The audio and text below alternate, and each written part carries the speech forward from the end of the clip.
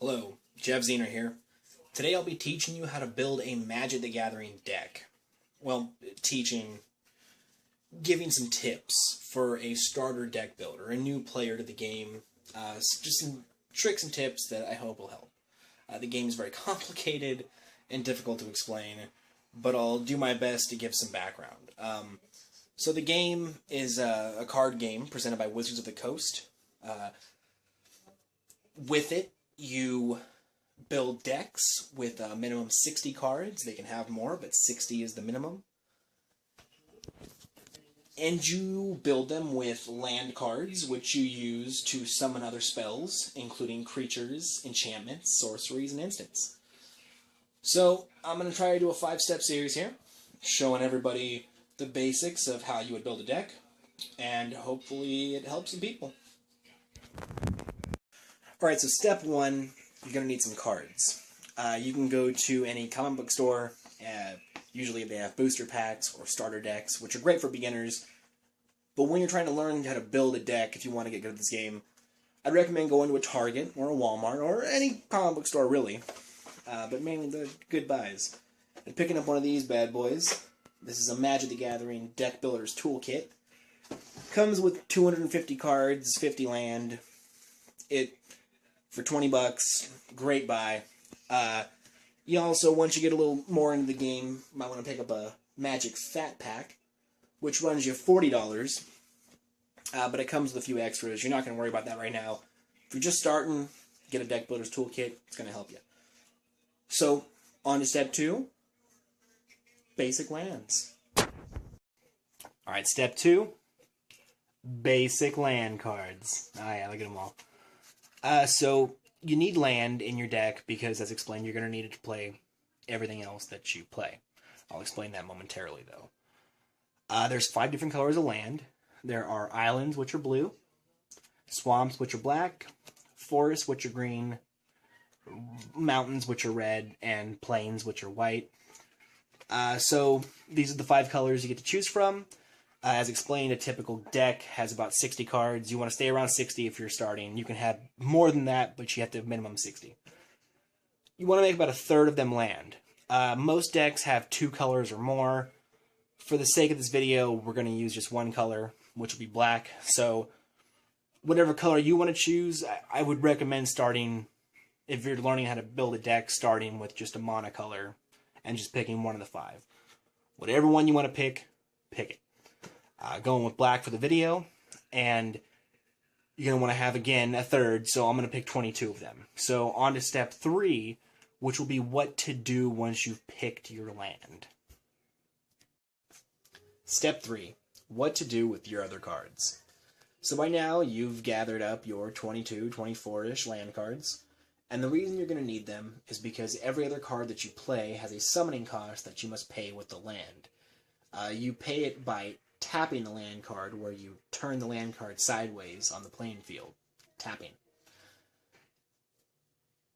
You're only allowed to play 1 land card per turn, and so it takes a few turns to accumulate enough land to summon certain cards. Usually stronger cards have higher summoning costs, so for strategic purposes, and obviously you're just working with basic resources of what you have, you want to go with a lot of light summons, quick summons, just to be simple. I'll explain, though. So we begin with a creature card. As you can see, its summoning cost, right here, is a 1 and a black. That means it requires 1 of any color and 1 black, and you tap them both, and you're able to play that card down.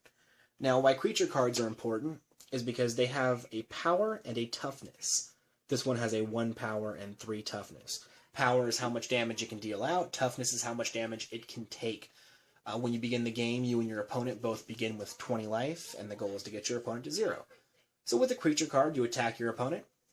They can take the damage directly, or if they have a creature card down as well, they can block.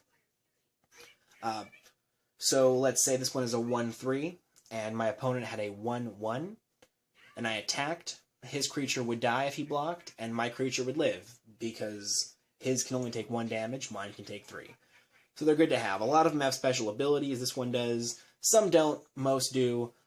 You kind of pick whatever you happen to want. I typically stick with a theme of similar abilities or similar creatures. But I digress. The next type of card we have here is an enchantment card. As you can see, also a 1 and a black.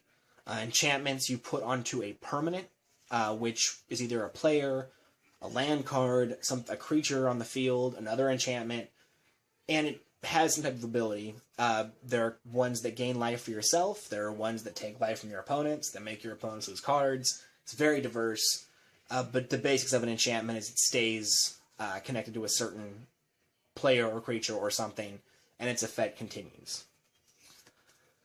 Now we have a sorcery card. This one is only a 1 summon. Not bad. 1 black. Sorcery is a special ability that can only be played on your turn. It, again, similar, either affects your opponent or yourself, but it only lasts for 1 turn, as opposed to continuous like an enchantment. And the final type of card we have is an instant. This one's a 2 black summon. Instants are similar to sorceries, except they can be played on your turn or your opponent's turn. When you go through and you pick all your cards, again, I would recommend going for a theme. Some creatures have flying. Some creatures have an ability called reach. The rules are complicated. The definitions are long. You can look them all up on the internet. But you want to go with a similar theme for your deck, at least when you're starting off. It helps you learn more what you're doing. You also want to have duplicates of as many cards as you can.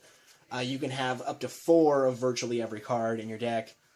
So, again, you pick a card, get 4 of it, find cards that have similar abilities, similar types. There are wizards, birds, monsters, everything, dragons. Stick with that. So, you go through all your cards. Obviously, again, most people working with limited resources, it's hard to have all the cards you need. But you pick what seems good to you. Put your land cards with them. You have your 22, let's say 22 land cards, and you need 38 other cards to have a 60-card deck. So once you've picked all of those, you're going to go on to finalizing your deck. Not necessary, but I'm going to explain it. And that'll be step 4. Yeah, stay tuned. Step 4.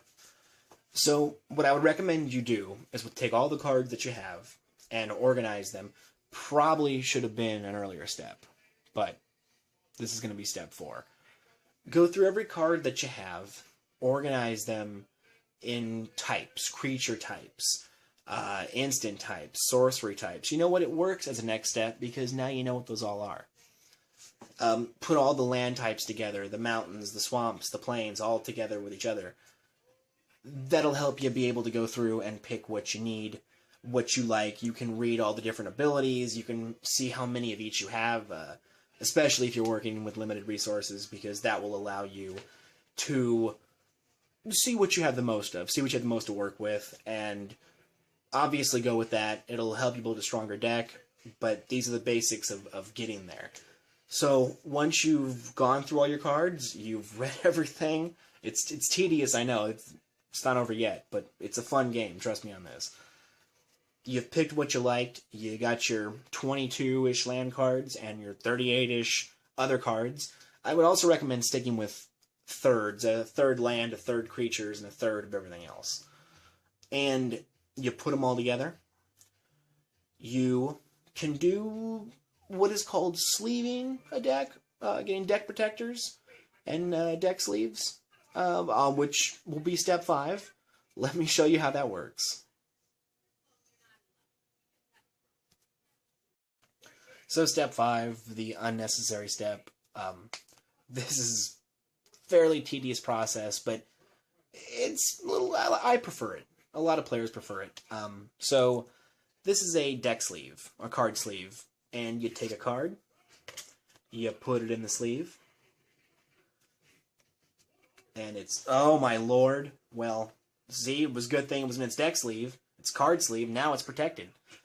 They just keep your cards clean when you're playing on tables. They also keep them from bending or being damaged, which I know this is a nerdy game to begin with, and this sounds even nerdier. However, some of these bad boys go for a pretty penny on eBay, and you want to keep them around. You want to keep them in good condition just in case that happens to be the case. Just so hopefully you can make this game start paying for itself. You also will be able to get a deck protector, a deck box.